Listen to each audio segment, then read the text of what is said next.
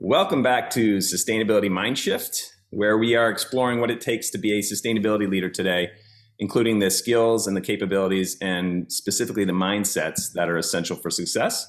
We are your hosts, Brad Pierce and Melker Larson, and we are absolutely delighted and extremely honored to have Isabel Rimanoczy here with us today. Hi, Isabel. Hi. Let me tell you a little bit about Isabel. Amazing person. She is an academic, an author, a teacher, a leadership and team coach, and a strategic sustainability advisor who's made it her life's purpose to promote change accelerators. That's a big life's goal. One of the reasons we're speaking with Isabel today is that she is a world-leading expert and pioneer in what's called the sustainability mindset, which is a concept that she developed and has been studying for over 15 years. And it all started with her quest to understand what inspired business leaders to champion corporate initiatives that have positive and lasting impacts on the environment and the community. She actually wanted to know what it is that made them act in a, as she says, a business as unusual way. Mm-hmm. In her pursuit of researching, developing, and promoting the sustainability mindset concept, Isabel created an international cohort of 190 academics from 180 universities on 5 continents to engage their students around this holistic mindset. These professors foster a new paradigm while also driving an increased social action and consciousness. And the members of this group are researching the sustainability mindset within their own contexts and cultures, writing papers about it and presenting at conferences, which is really interesting. Isabel's the author of 15 books, including her most recent book entitled The Sustainability Mindset Principles, a guide to developing a mindset for a better world. And she's preparing to launch the world's first sustainability mindset indicator, which is a personal development tool designed to assess where we are in our own sustainability mindset journey. She's also co-founder and director of a nonprofit called Minervus, Women Changing the World, where she helps promote self-organizing groups of women who want to make a difference in their community. So she's a very active woman, folks. Her motto, I love this. So I've got this from her LinkedIn. Her motto is, if you're alive today, you got a role to play, which is fantastic. Love that. Lastly, I just will say she's based in Florida and she's from Argentina. So dear to my heart, love speaking Spanish. Bienvenidos, Isabel. Muchas gracias. So I'll have to start us off. I love that you say if you're alive today, you've got a role to play. So given that we all have these roles, I would argue that there are people on this planet, many leaders, in fact, who have really good intentions. They really want to make a difference, but they don't necessarily understand how, or they see how sustainability fits in the context of their business, in their role, in their team's role, or even their organization's role in society and the planet. But as you found in your research 15 years ago, there are leaders who do have these mindsets that are geared towards sustainability and sustainable business transformation. So let's talk about that off the bat. Like, how does a sustainability mindset differ from one that is, say, the business as usual? I think a sustainability mindset is a way of thinking and being. And that particular way of thinking and being is geared to connect ourselves with our behavior, with our values, with the difference we want to make in the world. And these are all different things, because our values may be something that we rarely talk about, or maybe if we are religious, we think of it when we go to church. But our daily behaviors are in a different realm, and not necessarily we are connecting these two every day, neither with the larger good. So I think this is a way where all these different conversations come together and really enhance each other and maximize each other. And maybe I can share a very brief vignette. I was interviewing the late Ray Anderson, which you may be familiar. Well, he was the founder of Interface, a leading organization in sustainability. And he was saying, I thought that we were not doing anything forbidden, that we were not doing anything against the law. But when I read about the impact that the industry had on the planet, particularly on the environment, my heart was breaking because I said, we are the captains of the industry. And so he said, I was hugging and crying and hugging my wife and crying when I was reading about this. I was reading out loud in bed at night, a book from Paul Hawken. And he said, I just couldn't take it that we were part of this. And although, as he said, he was not doing anything illegal, the interesting thing that happened, it connected with his values in that moment, very quickly. His values, he was saying, I'm a good person. I am not that. But at the same time, it was an unconscious, unintentional damage that he was doing, or indirectly, very indirectly. So when he noticed the connection between his behaviors, his values, who he wanted to be for his grandchildren, that was the powerful motivation that launched him on, we need to do something. And he didn't know what to do, obviously, because normally people don't know what should we be doing differently. There is an anchoring on what we are already doing that is stable, and we want to continue doing that because we know it's working, etc. So to change that for some unknown is normally not very welcome. But his motivation was so strong that he never stopped talking and trying to bring people to see what he was seeing. So it is a very powerful combination, and it is not just intellectual, and that is one thing that I want to stress, because many times it's, I know all the things that are happening, but it's not just the knowing, it's how we connect it with our heart, with our feelings, and with our values and the higher self, the better part of ourselves. It's so fascinating that you got a chance to talk to Ray Anderson. I wish I had the chance. It's interesting that you're talking about that. I wonder how many leaders like him at multiple levels have this conflict, not only between the head and the heart, as you say, but in some of the interviews we've had, we've talked to people who talk also about left brain, right brain, the hemispheres, and the conflict that can go on between the logic and the sort of more intuitive, sort of emotional side.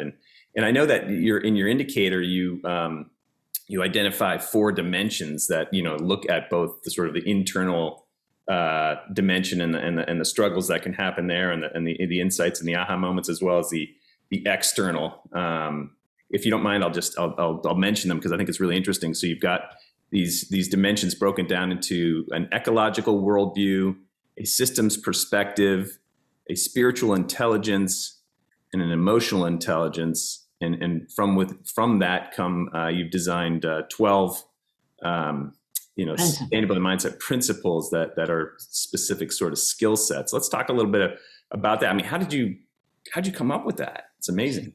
Well, they were not principles in the beginning. When I did my research, I wanted to know if these leaders that decided to change how they were operating their business and go against their whole leadership team most of the time, sometimes their bosses, if they were not the founders or the presidents, and they were able to transform that organization over time.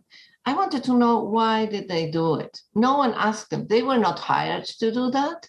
They were already successful. What moved them? What pushed them to do something so unusual? And in the back of my mind was, well, if there is something that they have in common, because I interviewed many, if there is something that they have in common and that we could replicate, intentionally develop in the next generation, then we have like a good formula. Instead of waiting that some exceptional, person shows up every so many decades, we could have a pattern here. But I didn't know, because I thought maybe trauma, in the research of transformational moments, trauma is a very important factor. Like people have a traumatic experience, a loss, or something that happens to them, an illness or whatever, or midlife crisis, but you cannot replicate the things.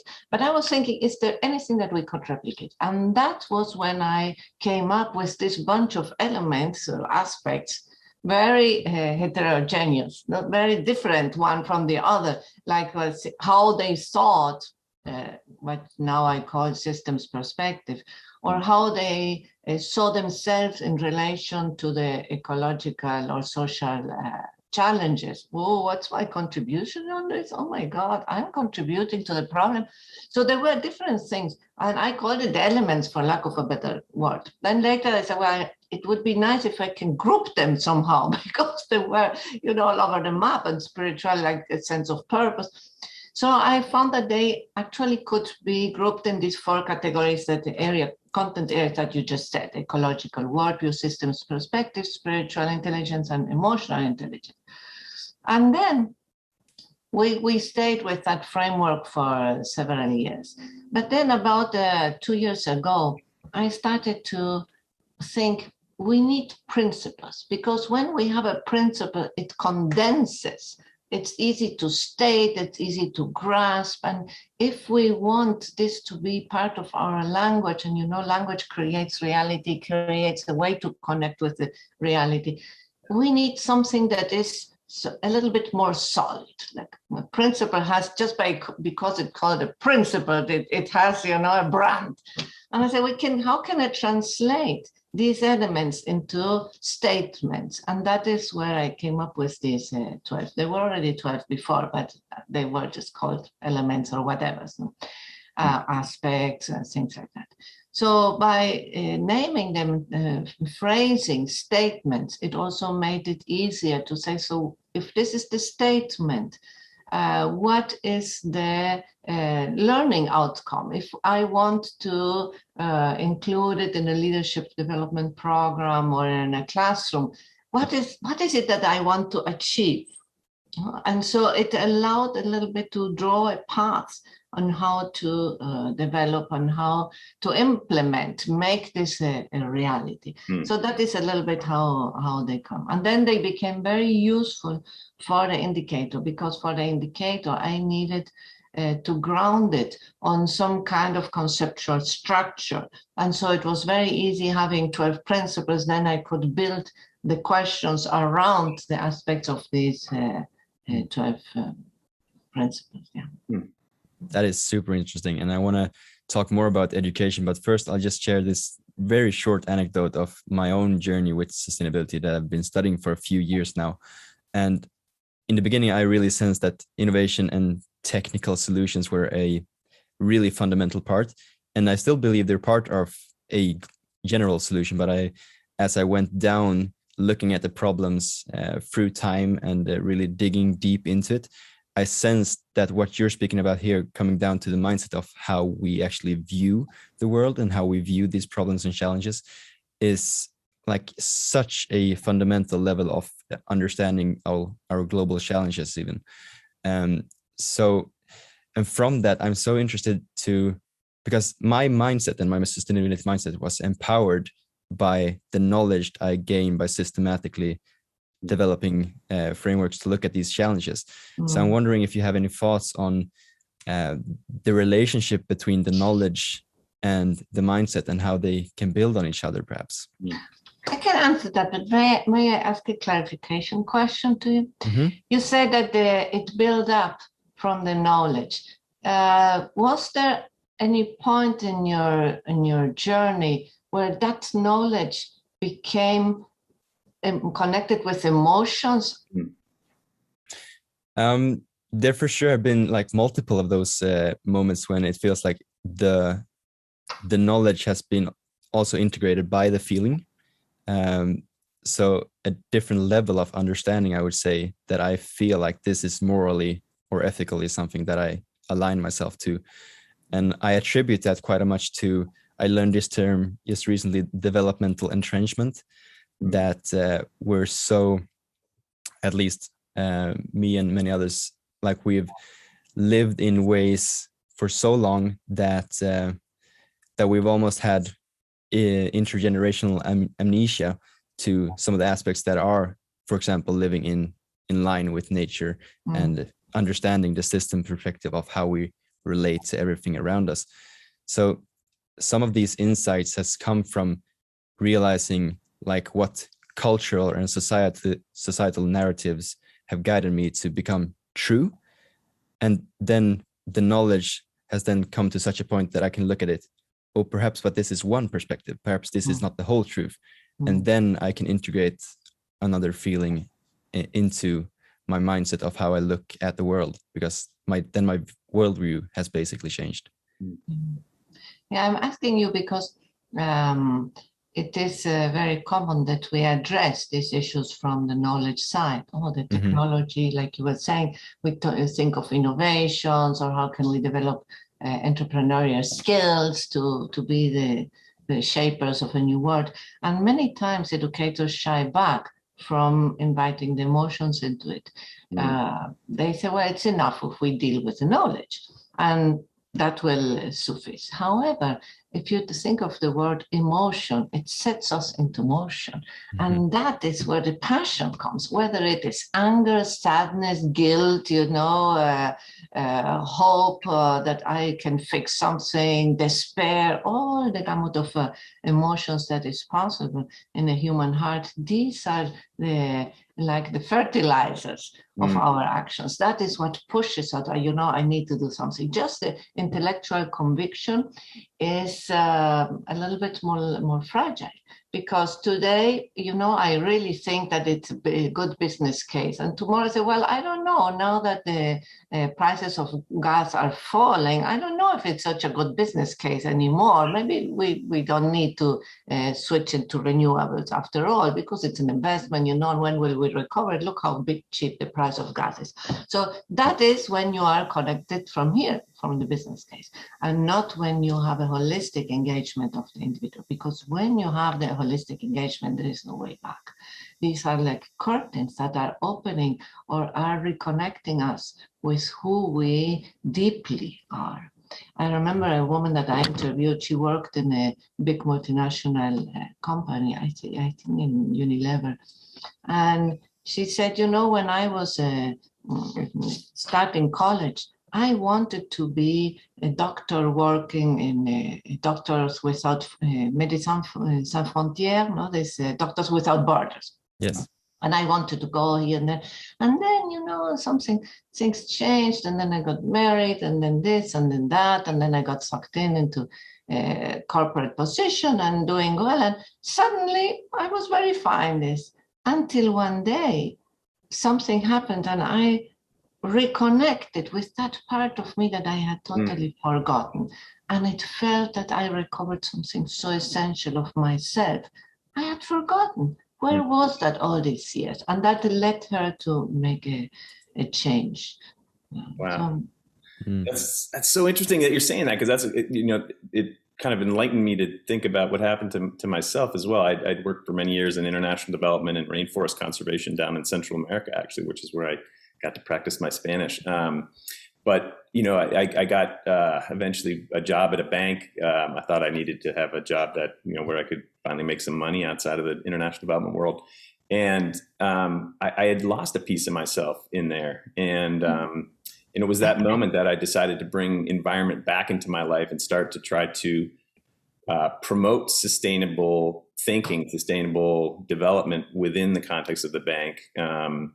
Way back in the day when I used to go to these conferences called Series, run by Mindy Lubber here in Boston, wonderful human being, and was inspired to bring that into the bank. And it was eye-opening in the sense that I found that I could finally apply sort of this systems thinking that I had gained down in Central America, looking at how people live within these rainforest systems and interacted with them, and bring that to the bank and help understand how we can, as a business, operate internally and externally sustainably.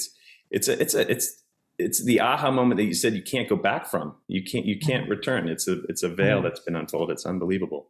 Go ahead. How do you work with leaders then? You're already doing it with us, which is fantastic. I mean, the last time we talked, when we were talking about the discussion today, you walked us through a sort of a process, virtually even, which is really incredible, because I think there's more value in being in person with somebody. But today the reality is we have to do a lot online. How do you tend to work with people to get them to sort of think about these head and heart connections? I think It depends on the context. It depends on so many variables that set you, what is the setting that you have. It's not the same if you have a conference or have 20 minutes than if you have a day or 3 hours or, several sessions. So it all depends. And then it's really tailored. You have to tailor to where they are. And because you want to bring them a step forward, but you can make some assumptions about where they are. If they are already, this is part of a program where they already have been seeing certain things, they have a different starting point. And if you encounter them for the first time with new terms, then I wouldn't be talking about spiritual intelligence because people freak out. But then you start with, for example, a question like, what do you think is my contribution to this? There's an exercise that I like to do, that I have done virtually. It's face-to-face, but also virtually. So I tell them, okay, now we will take a break of 5 minutes, and you will go around the house as a sustainability inspector. And you will take a look at some products that you have in your pantry or maybe in your bathroom, and you look at them like a sustainability inspector. So look at them, the packaging, the size, the label, whatever it is, the content, just what is it, and then come back in you have 5 minutes without further instructions. And then they come back, and it's very fun because it's very real. And say, oh my God, I have to throw away half of the things of my pantry, and I never realized it. We are buying these tomatoes that come from Uzbekistan. I'm making it up. How come? And all the conservant and all the microplastic, micro beads inside of my cosmetics. And I had heard that this goes into the waters, but I have it in my bathroom, and I am a CSR officer. I mean, you have all this interesting, and it's fun because we make it light, but at the same time, it's a moment of of awareness. And that goes to one of these principles, that is understanding what are our unintentional contributions to the problems. Because once we notice them, then we have options. As long as we don't notice them, there are no options. We just continue doing what we're doing. But when we notice it and say, oh, maybe I need to do something, and even if we don't do it right away, it keeps nagging on you. Like I have been living in this house maybe for 5 years, and I, as a sustainability professional, breathing sustainability in and out, day in, day out, I felt badly about our FPL energy here. That is terrible. So then I said, well, I need to put solar. Well, but putting solar panels is expensive, is this, is that, and where, and can we do it? And so, it's not something that you do in the afternoon. So it took a while, but until I got it done, I was postponing it, time was going by, and I kept feeling horrible. So that is called a cognitive dissonance. Cognitive dissonance is a tension that we experience physically or emotionally between what we know, how we are doing something, and how we think we should be doing it, or how we would like to see ourselves. So that is a cognitive dissonance. And that actually, it's very powerful to drive change, because when we want to get rid of that tension, it's natural. I just want to get rid of the tension, and we get rid of the tension by finally doing something. Now we have solar panels, so I feel better about it. So now I have the next problem, because there are always new challenges.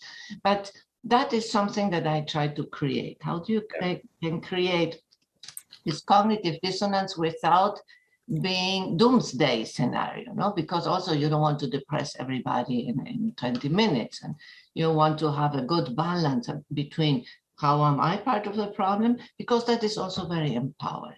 When we see where we are playing a role in the problem, we can also do something. The key we have there. So it's not, I'm at the mercy of the powerful, the system, the corporation, my boss.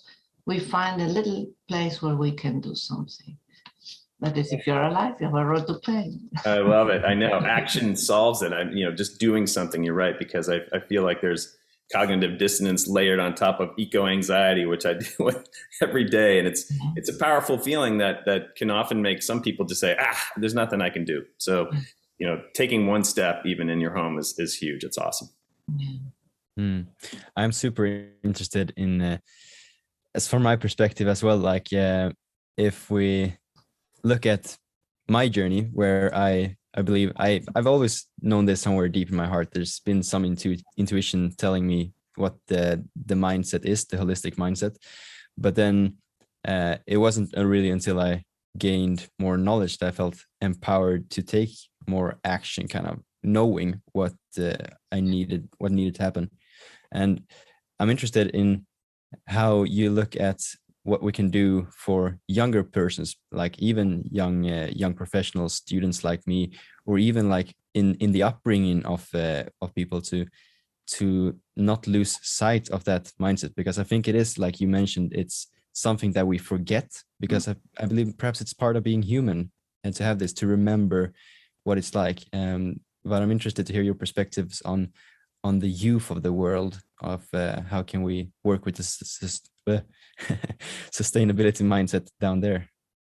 I wouldn't be worried about the youth. I think they get it faster right now in schools, almost in around the world. Children get more educated from when they're where you throw the plastic. I have a child in my family, he's 4 or 5, and he already knows where he throws the plastic, where it is this, and they learn it from kindergarten on, or from preschool. So I am not worried. You see the generation of the preteens, in the Fridays for Future and Greta, it's the teenagers. And when I work with students at the higher education, they may not have the language, but they immediately get it. And they welcome the language because now they can name it. Exactly what you say, that makes so total sense. And how come no one ever said that before? Okay, now you have the language. So I'm not so worried about them into bringing them into the mindset. I think our role is to support them, to encourage them in the innovation, to bring mentor or give them any type of support that we can give, so that they continue doing and have this development and get into action. But they have no doubt, and I'm sure as you have no doubt, that you need to do something. I think my generation, that it's maybe thinking, well, how many more years do I have? Will I make it before the sea level rise comes to my home? Maybe I don't make it. Well, maybe I don't have to do anything, and I can keep the status quo, my level of comfort. So the questions are different. But in the younger, of course, I need to do something. I mean, I will be 30, I will be 40, I will be a father, I will have a family. How come I will not do something? There is no question. I think what our biggest work, for me, is in working with the older generation. Thanks God, in institutions, there are more and more younger people coming in and teaching positions, and that helps because they already start in a different point. And then policymakers, leadership in certain corporations, we have another generation that has a higher, more challenging task, because if you have to unlearn, if the things that you were used to, the values that you grew up with, now suddenly are not the right ones, that doesn't feel good. I mean, if you grew up thinking, well, success and growth and being very independent, these are all very important values of a whole generation, actually several generations. And now you say, well, that's all wrong. What do you mean that I am wrong? It has an emotional toll. It's not easy. So I think these are the ones that need more attention, because we want no one to be so impacted emotionally that it paralyzes. We want to unleash that energy, what this is actually that you can do. That's why I always say this nice model, that if you are there, you have a role. You just have to find a way to use your skills, your assets to meet the best you can be from the deep of your heart, not for the convenience of of a performance review, but from the depths of your heart. Yeah, so unleash the child in us all, right? We need more adults to reconnect with life and with nature and have what most children are born with that we've somehow forgotten and lost our way. Yeah. Well, that was a really, really interesting discussion. I could go on for hours and hours with you. You are a super exciting, very interesting, very smart woman. Look forward to continuing the journey with you. And thanks so much for spending time with us today. Muchísimas gracias, Isabel. You're welcome. And if you want to share the link with your audience, there is a little demo of the indicators so they can play with it and try it out. That would be great. Happy to do that for you. And yeah, I look forward to seeing the results. Okay. Thank you so much. Thank you very much for hosting. Thank you, Isabel. Me. Thank you.